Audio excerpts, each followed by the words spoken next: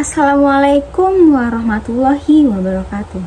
Perkenalkan sebelumnya, nama saya Sylvia Soleha dengan NIM 23042217. Nah, di sini saya akan membahas perihal tentang Good Corporate Governance.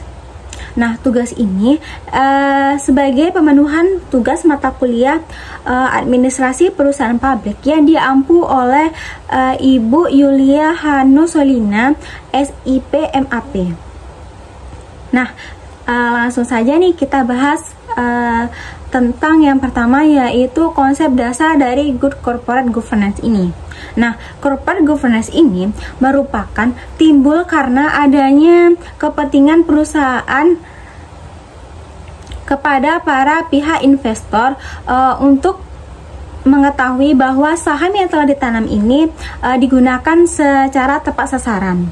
Nah, corporate governance ini juga dapat membantu perusahaan untuk mengetahui bahwa manajemen perusahaan ini dapat menjalankan tugasnya dengan baik untuk kepentingan perusahaan. Nah, sebelumnya kita tinjau dulu nih, apa sih arti dari Good Corporate Governance? Nah, menurut ahli Komite Cadbury 1992, Good Corporate Governance ini merupakan prinsip yang mengatur dan mengendalikan perusahaan untuk mencapai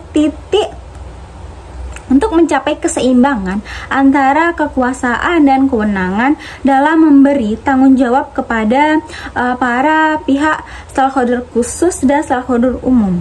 Nah, Good Corporate Governance ini juga diartikan bahwa suatu proses atau mekanisme tentang pola hubungan antara perusahaan dengan pemangku kepentingan atau stakeholder untuk mencapai titik maksimal perusahaan dengan menggunakan cara yang tidak merugikan pihak yang terkait. Nah, Good Corporate Governance ini juga merupakan upaya yang dilakukan oleh beberapa pihak-pihak yang terkait untuk mencapai kinerja perusahaan dengan hak dan kewajiban masing-masingnya. Nah, selanjutnya kita bahas tentang latar belakang munculnya Good Corporate Governance. Nah, hal yang melatar belakangi munculnya Good Corporate Governance ini terdapat dua alasan utama, yaitu ditinjau dari perspektif akademis dan ditinjau dari perspektif praktis. Nah, ditinjau dari perspektif akademis ini, Good Corporate Governance timbul karena adanya teori-teori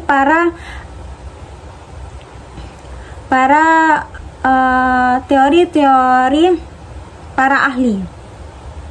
Nah, sedangkan pada perspektif praktis ini, Good Corporate Governance ini timbul karena adanya perusahaan besar Amerika Serikat seperti contohnya perusahaan Enron Inc. yang mengalami keguguran karena adanya tata kelola manajemen perusahaan yang tidak baik. Nah, kita bahas dulu nih dalam perspektif akademis. Nah, dalam perspektif akademis ini terdapat dua teori, yaitu stewardship teori dan agensi teori.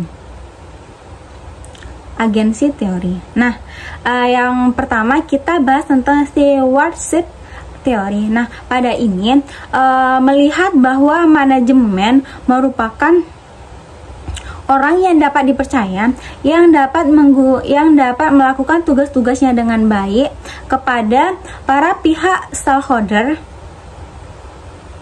yang berasumsi bahwa orang memiliki sifat yang dapat dipercaya, memiliki tanggung jawab, serta memiliki integritas dan sifat kejujuran kepada orang lain. Nah, berbanding terbalik nih dengan stewardship teori. Nah, kalau agensi teori ini merupakan melihat bahwa manajemen ini merupakan orang yang tidak dapat dipercaya. Nah, agensi teori ini melihat manajemen perusahaan ini merupakan agen dari para pemilik saham yang secara sadar melakukan suatu hal demi kepentingan sendiri, yang tidak seperti bersifat arif atau bijaksana seperti yang setelah saya jelaskan pada stewardship teori. Nah, kedua, kita melihat dari perspektif praktis ya. Nah, pada perspektif praktis ini timbul karena adanya para good corporate governance ini timbul karena adanya para perusahaan raksasa di dunia yang mengalami kerugian atau keguguran karena adanya tata kelola perusahaan yang tidak baik. Nah, seperti contohnya nih, pada perusahaan Enron Inc. pada Amerika Serikat yang merupakan perusahaan besar pada tahun 2000. Pada tahun 2000, perusahaan ini mencapai omset sebesar 100 miliar US dollar yang mengalami selama 4 tahun.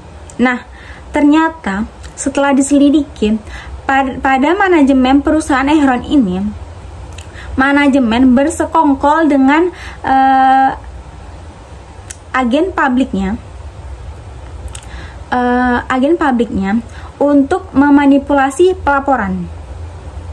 Nah, akibat dari ini nih, perusahaan Enron ini mengalami kerugian ratusan triliunan dikarenakan tata kelola perusahaan ini yang tidak baik. Nah, dinyatakan perusahaan Enron ini mengalami failet atau keguguran dan mengalami kerugian sebesar ratusan triliun. Nah, sekian yang dapat saya sampaikan. Saya ucapkan terima kasih. Assalamualaikum warahmatullahi wabarakatuh.